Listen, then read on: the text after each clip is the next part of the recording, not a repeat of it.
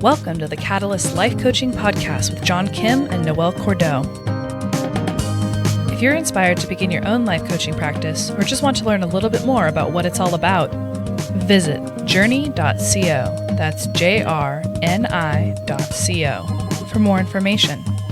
Your adventure awaits.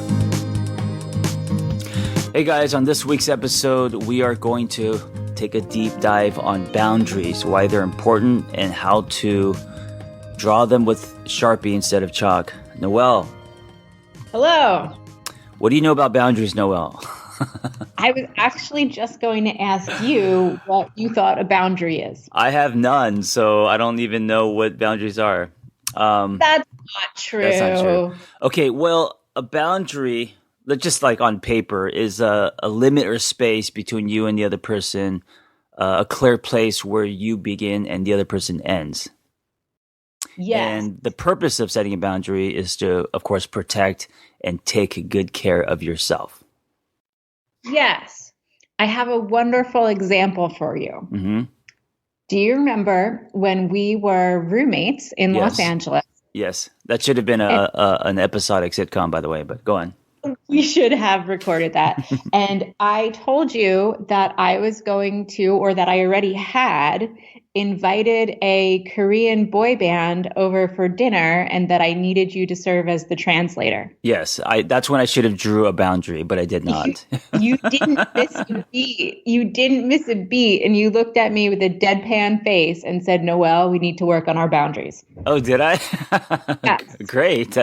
That's encouraging to hear. It means that I love myself. Yes. So that would have been a boundary around our personal space, around me usurping your time, making commitments on your behalf, making assumptions about your willingness to participate in my shenanigans, all of those things. But what happened was, after I said that boundary, the K-pop group did come over, and it was great. We had an awesome night. Yeah. We had an epic night. Yeah. An epic night. And that's a funny example, but boundary work is something that happens in our everyday life. I think it's a concept that's really gaining steam in public discourse. A lot of people talk about setting boundaries. And so let's break down what it is, how they work, how you can do it, effectively, why it's important, and all of the things that can get in the way. Well, can I just say one thing before we continue? Yes. That 3 months or so that you were living with me, and we have all our stories with the K-pop to the 7 minutes and all of that, things burning in the oven. I actually look back at that time, and it was like summer camp. I really cherish those memories. I know we were working and doing other things, but I don't remember any of the work. I just remember us just fucking around and being ourselves. And so I'm glad we had that experience. Me too. I cherished it. We laughed. It was fun. So hard. Yes. So hard. And, I think it's a testament to the relationship that exists between you. So I love you so much. Yeah. Guys, when Noelle and I get together, we turn into 10-year-olds. We present ourselves as adults and coaches and a therapist and all that. But when we get together, we're just kids at recess. If this all goes bust, I do think we could do a comedy routine. Oh, for sure. All right, let's get back to boundaries. Okay, go ahead. Yep. So I heard a really great example of boundaries from one of my dear people in life who's a first grade teacher. Mm-hmm. And when one of her little kids, who's 6, hits another one, that's a direct boundary violation. The kid who hit another has violated somebody's personal space, and it was an act of violence. So she says to the little nugget who was hit, don't say that's okay. You can ask for and accept an apology, but it's not okay for someone else to hit you. And so the appropriate response is, I accept your apology. Please don't ever do that again. Right. And that was so significant for me because I believe that we are conditioned in a culture of nicety that when someone overrides one of your boundaries, it's almost customary to say, that's okay, no worries. Yeah, that's our initial knee jerk, and I think it's because we're trying to take care of other people first before ourselves. Yes. And so what happens is this system in society where people who are pushy, overbearing, and self serving get away with whatever the hell they want to do. And the rest of us are left holding the bag saying, I don't like the way this feels. Yeah. I think because we've been trained to, or that's become our pattern, we don't even realize when we're doing it. And then suddenly we have anger and resentment at other people, but also ourselves for allowing them to cross our boundaries. Yes. And this is something that can be very gendered as well, where women are especially trained to acquiesce to men and to always be in the position of default of it's okay, I'm so sorry, I can do it, I can do it for you, not a problem, so Well, on and so forth. especially when it comes to sex, and not only sex, but I mean, just the whole Me Too thing. I mean, that's at the core of boundaries and not respecting someone's boundaries and all of that. Consent, Consent. expectations. I just texted my community that no does a reminder that no is a complete sentence, and I got a ton of responses back. And the reason why is because so many can relate to that, because that's the way that the world is, and so many have personal stories where their boundaries were crossed. Yes, yes. And, boundary crossing happens on micro levels with microaggressions. Yeah. A great example is two people are walking down the street and they appear that they're going to occupy the same space and crash into each other. Who's the one that steps out of the way? Right. It becomes a game of chicken. It becomes a game of chicken. But I would also posit that women and folks of color are more likely to step out of the way. Oh, sure. And that, Right.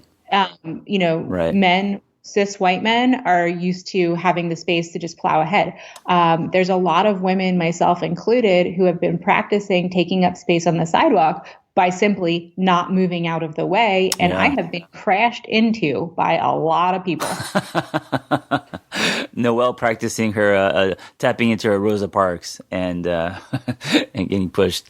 I think that one of the great things that are happening, though, especially with movements, is women and minorities are actually speaking up. I think probably I don't know if it's the first time, but I think in my entire life, I think it's been the most powerful in the last, I don't know, decade.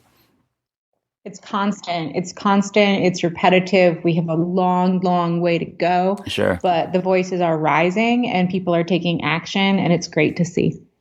I think conversations are finally happening, and of course, with the conversations, you're going to get pushback too. You're going to get, like you mentioned, the white person on the sidewalk not willing to move. That's going to happen. But I think just starting with the conversations and shedding light on the topic of that is huge, It's huge. And so, but it starts with yourself and it starts with your own personal narrative. And in order to set a boundary, whether you're walking on a sidewalk or you're saying no to sex, or you're telling your partner that my career, my job is more important than going to see your mother, I'm so sorry. You need to know first what your own personal priorities are and why they're important.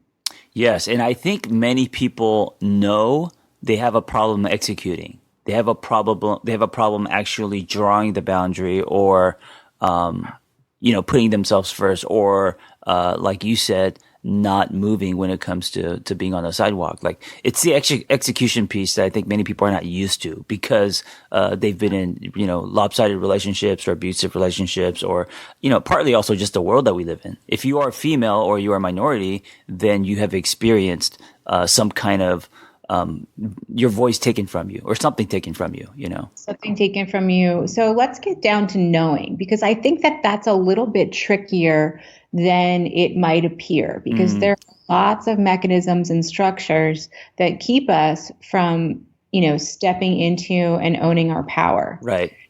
So I have a client case study. I was working with a client, and she said that she just moved to a new city. She really wanted to get out of the house. She wanted to go out to dinner by herself, just to go to a bar, sit there, be around people. But she was feeling insecure about the way that she looked. And so she didn't go out. Right. So let's take that scenario, because it doesn't feel like there's boundary work in there, but there's a lot of boundary work in there. So number one, there's this implicit assumption that a woman's physical appearance is meant to be consumed by somebody else. And that she was responsible for making herself appear pleasing to others who would be in that restaurant or bar, so that they could consume her physical appearance, and that was responsibility. That's really interesting. I love how you pointed that out, because that just went right over my head. What an interesting way to see a boundary. 100%. So the boundary work there is, I have the right to exist in a restaurant however the fuck I want to exist in a restaurant. Right. It's my damn money that's going to purchase the meal. So would you say that by her deciding to stay in, even though she wanted to go out, and because she wasn't presented in the way that she, that the world wanted to see her, that means she's crossing her own boundary, or she's not drawing one? She's not drawing one. She's not drawing a boundary between herself and the messages of patriarchal society. And so, when I talked about it with her, and I said, hey, you work really hard.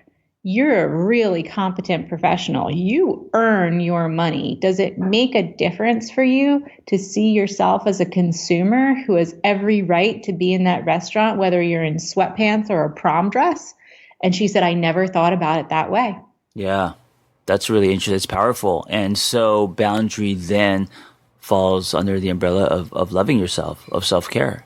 Of loving yourself and being able to draw a box around yourself and say, I deserve to have my needs met. I'm hungry and I'm craving human connection. Those are two needs that I have that are valid. And I'm going to draw a box around myself with a boundary that says I get to exist, I get to expend my money where I want to, and I get to go out regardless of what I look like. So many people have this idea, or they know in their heart, but they can't actually do it. And I think they can't do it because they just haven't practiced enough. They haven't practiced enough, and we ignore our internal compass very often. So somatic responses, your body goes first. You're in your office. Your boss walks in, violates your personal space, reaches over your computer, takes a piece of paper. You feel tightness in your throat, in your chest, so on and so forth. That's a boundary violation. Noticing first what it feels like is step one in beginning to correct the process. What about that scenario felt icky to me? What about this scenario do I not want to happen again? And then after you process the feeling, then what do you do about it? How do you execute it? It's really situation specific, whether it's, self-talk.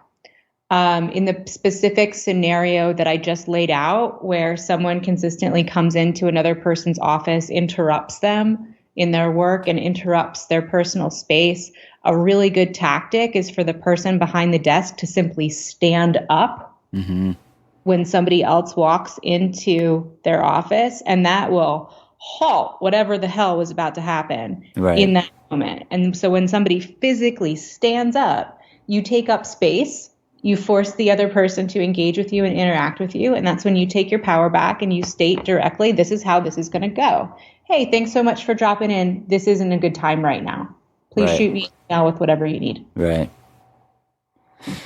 Yeah, I think it's important, and I think it's a practice. The other thing about boundaries, which is more in the relationship world, is if you don't draw healthy boundaries, you're actually doing a disservice to the relationship. Meaning, healthy boundaries actually can bring two people closer together. I think a lot of people think by drawing a boundary, they're pushing someone away, and that's why they don't do it, especially with their partner. But healthy boundaries can bring people together. So let's talk about some needs in relationships and what those healthy boundaries are and how you can communicate effectively. Yes. An example that I can think of is, hey, partner, I really can use some alone time right now. Yeah. I'm going to go for a hike, to a museum, or go to a coffee house on my own. This is how to get in touch with me, or this is when I'll be back. Yes, and a lot of people see that as a form of rejection, or we do everything together. Why do you not want to do that with me? They personalize that, and that's their own stuff that they need to work on. Mm-hmm. Yeah, absolutely. So for the person who's setting the boundary, step number one is a recognition of the internal compass. Am I feeling claustrophobic? Am I feeling frazzled? Am I feeling overwhelmed? Am I feeling, too connected to this other person? Am I an introvert? Do I need to recharge by experiencing alone time? So the first thing is getting in front of, who are you? What are your needs? How is your current environment impacting you? And what needs to change? Mm-hmm. Also, when you draw boundaries and you give yourself something like alone time or whatever you feel that you need, you're bringing more to the relationship because you're bringing more of your authentic self and who you are. So I think boundaries, I talk about containers a lot. Boundaries keep your container safe, and boundaries promote your growth, not stunt it. So people who lack boundaries actually, I think, are more stunted in their own personal growth. And people make a lot of assumptions around boundaries and what they mean. So just as you were describing the person who might say, oh, but we do everything together, why don't you want me there? Right. The other partner is then internalizing the boundaries. So part of good and healthy boundary work is being secure enough in yourself to know that who's ever on the other side of that boundary might have a poor reaction to the boundary being set, and that's okay. Mm-hmm. You proceed with your boundary anyway, and what will happen typically is that the sky won't fall, life will go on, and that partner will resolve their issue because they will see the sky didn't fall and that life went on. Yeah, and it takes many of those experiences, to lay the tracks. It's not just once, because you may get pushed back or someone may not be used to it. And if you hold on to your boundaries with two hands, then you can kind of redefine the relationship and protect yourself. If you don't after one time, then you crumble, and then it's going to be harder for you to set that boundary again. Absolutely. And when we're working with boundaries, it does take repetition, and it does take bravery. Yeah, of course. It takes bravery to put yourself and your own existence in the center of whatever the heck it is you're trying to do. And there's guilt. I experience it at work when I know I am exhausted, and I know that I need to stop and take space and take time for myself. But I feel so guilty because I know that there are other people depending on me. And I often find myself apologizing for needing to set a boundary. Yeah. And cognitively, I know that the people on our team don't care. Right. Absolutely. Right. It's that feels so terrible. Yeah. And I think so many can relate to that, I think, if you're listening to this, think about all the areas of your life and how you draw boundaries, where you need to draw boundaries. And if you're not drawing boundaries, how does that impact your life? How does that impact your state, your productivity, your happiness. And maybe it's time to, like Noelle said, I think the first step is to actually feel it and feel it in your body and know that this is something that you have to work on. And then, the execution piece. And you don't have to jump off the deep end and do something very extreme. You can draw small boundaries and then keep growing them, Yes, and it takes practice. That's emotional interval training. Yes. When I'm working with clients, I think the number one area that I do role play with boundaries is around parents.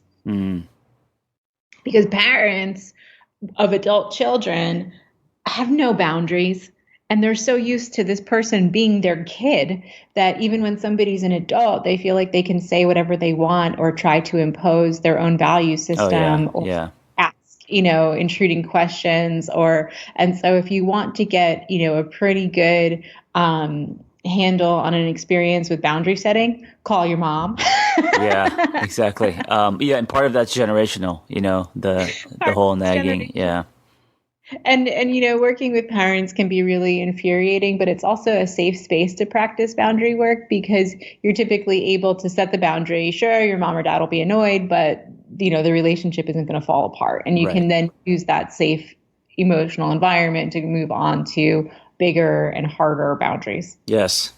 Guys, draw your boundaries. Noelle, thank you for this conversation. Absolutely. Catch you next time. Okay, be well.